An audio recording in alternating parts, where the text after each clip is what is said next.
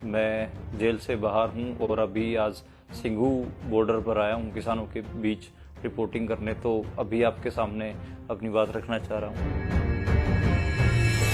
मुझे पुलिस ने उठाया, मेरे साथ मारपीट की और उसके बाद मुझे तिहाड़ जेल में भेज दिया और मेरे ऊपर कई केस लगा दिए। जब पुलिस वाले मुझे मार रहे थे तो वो बार बार मुझे एक ही बात कह रहे थे कि अब तिहाड़ से रिपोर्टिंग करना, अब तिहाड़ से रिपोर्टिंग करना। हाँ, मैं जाता हूँ तो मैं देखता हूँ कि जो किसान थे, किसान भी वहाँ पर बहुत सारे बंद थे। मुझे जिस बैरक में रखा गया, जिस चक्की में रखा गया, वहाँ भी किसान ही थे। तो शुरू में लग रहा था कि मैं विक्टिम हूँ पुलिस की मारपीट का और पुलिस ने जो मेरे साथ बदसलूकी की है उसका। लेकिन वहाँ पर मैंने देखा कि जो किसान है उनके जो शरीरों पे ज्यादा चोटी थी मुझे लगा कि वो मुझसे ज्यादा बड़े विक्टिम हैं। हम जो पत्रकार हैं लगातार ये बात तो करते ही हैं कि हम सत्ता द्वारा सताए गए लोगों की रिपोर्टिंग करते हैं। तो मुझे लगा कि मुझे यहाँ इनके बारे में भी रिपोर्ट करनी चाहिए। तो मैं जब तिहाड़ से जब मैं निकला तो मैं उनके नाम अपने पैरों पे लिख के लेके आया और जो उन्होंने बयान दिए थे वो भी मैं अपने पैरों पे लिख के लेके आया। चीज मैं और ध्यान दिलाना चाहूंगा कि इसमें जो जितने भी किसानों से मैं मिला, सारे के सारे किसान जब वो अपने प्राइवेट निजी कामों के वास्ते मार्केट में गए थे, कोई सब्जी खरीदने गया था, कोई कपड़े खरीदने गया, तो वहां से उठाए गए हैं और उनके साथ बहुत बुरी तरीके से मारपीट की गई है। एक किसान का मैं बताना चाहूंगा, हरियाणा से थे, जगबीर सिंह रिठाल गांव के। वो तो अपने भाई के पास जा रहे थे, उनको एक प्राइवेट कार में से उठाया गया।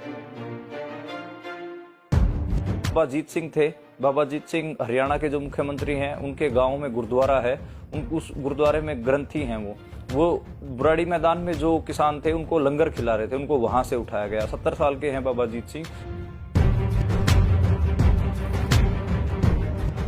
नमस्कार, मेरा नाम मनदीप पुनिया है। मैं जेल से बाहर हूं और अभी आज सिंघू बॉर्डर पर आया हूं किसानों के बीच रिपोर्टिंग करने। तो अभी आपके सामने अपनी बात रखना चाह रहा हूं।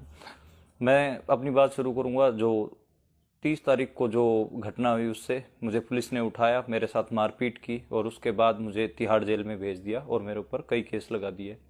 तिहाड़ जेल में जब पुलिस वाले मुझे मार रहे थे तो बार बार वो एक ही बात कह रहे थे। जब पुलिस वाले मुझे मार रहे थे तो वो बार बार मुझे एक ही बात कह रहे थे कि अब तिहाड़ से रिपोर्टिंग करना, अब तिहाड़ से रिपोर्टिंग करना। तो अब तो मैं उनको कह रहा था कि मेरे घर वालों से मेरी बात करवा दे। तो वो लगातार अब तो घर वालों से तिहाड़ से ही बात करना। तो तिहाड़ में मुझे भेज दिया गया। वहां मैं जाता हूं तो मैं देखता हूं कि जो किसान थे, किसान भी वहां पर बहुत सारे बंद थे। मुझे जिस बैरक में रखा गया, जिस चक्की में रखा गया, वहां भी किसान ही थे।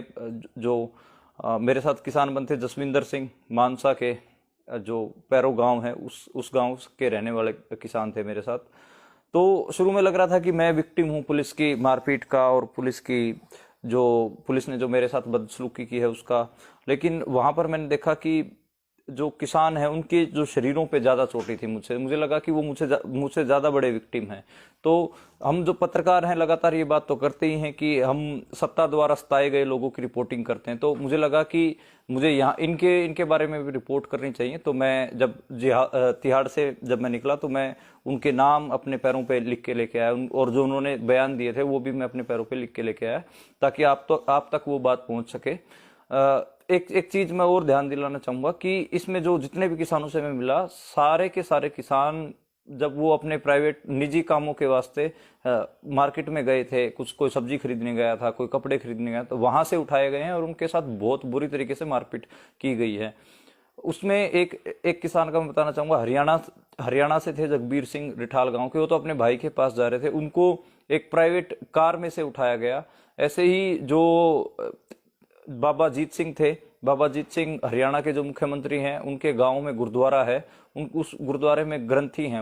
वो बुराड़ी मैदान में जो किसान थे उनको लंगर खिला रहे थे, उनको वहां से उठाया गया। 70 साल के हैं बाबा जीत सिंह। उनके शरीर पे भी चोटों के निशान थे। तो जितने भी किसान थे वो असल में उनकी हिम्मत पूरी कायम थी, उनके हौसले पूरे कायम थे, लेकिन वो थोड़े से चिंतित थे। उनको पता नहीं था कि उनके ऊपर कौन से केस लगाए हैं और क्यों लगाए हैं, क्योंकि वो सारे बेचारे मतलब अपने निजी कामों के लिए गए हुए थे बाहर।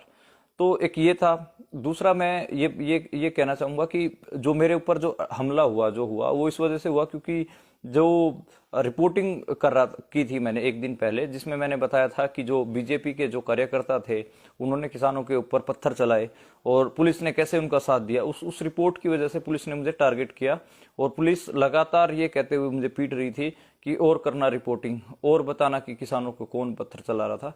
तो बिल्कुल टारगेटेड हमला था। लेकिन अभी मैं जितना लोगों ने साथ दिया, पत्रकारों ने साथ दिया और जितने भी किसान थे उन्होंने साथ दिया, उस वजह से अब मैं आप लोगों के बीच में हूं और दोबारा रिपोर्ट कर रहा हूं। रिपोर्टर का काम ग्राउंड जीरो से रिपोर्ट करना होता है, इसलिए आज मैं सिंघू पे आया हूं दोबारा और मेरा उत्साह दुगना है और मैं लगातार ऐसे ही रिपोर्ट करता रहूंगा। और इसमें मैं एक बात ये कहना चाहूंगा कि जिस सेंसिटिविटी से किसान आंदोलन को कवर करने की जरूरत है, रिपोर्ट करने की जरूरत है, उस सेंसिटिविटी से जो छोटे छोटे पत्रकार हैं हमारे जैसे और जो हरियाणा पंजाब के पत्रकार हैं वो बहुत अच्छे से काम कर रहे हैं। नेशनल मीडिया एक तरफ जो गोदी मीडिया है वो किसानों को आतंकवादी और खालिस्तानी बता रहा है, तो दूसरी तरफ पंजाब हरियाणा के पत्रकार और जो अल्टरनेटिव मीडिया के पत्रकार हैं वो किसानों के बीच में रह के और किसानों का जो असली पक्ष दिखा रहे हैं। तो एक रिपोर्टर के लिए बहुत जरूरी है। जब मुझे जेल में ले जाया गया तो मैं और भी जो पत्रकार थे जो सही रिपोर्टिंग करने की वजह से जेलों में, उनके बारे में मेरे दिमाग में आया।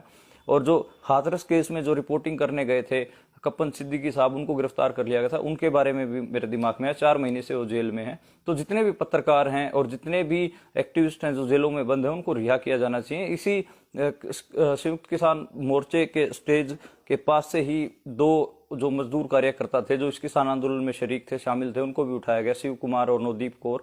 उन दोनों के लिए भी जो किसान हैं वो आवाज उठा रहे हैं, उनको भी रिहा किया जाना चाहिए।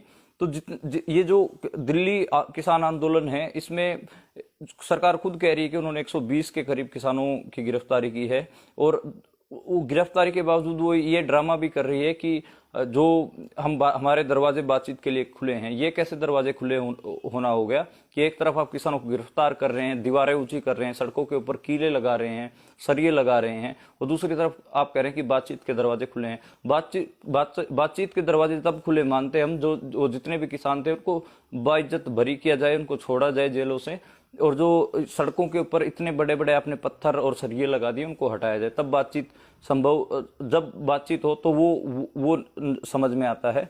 लेकिन सरकार लगातार, जो सत्ता पक्ष है वो लगातार इस तरीके का ड्रामा कर रही है। वो भी हमारा हम जो पत्रकार हैं, ये जो सत्ता जो दोहरा चरित्र है उसको भी हमको लगातार बोलने की जरूरत है और लगातार दिखाने की जरूरत है।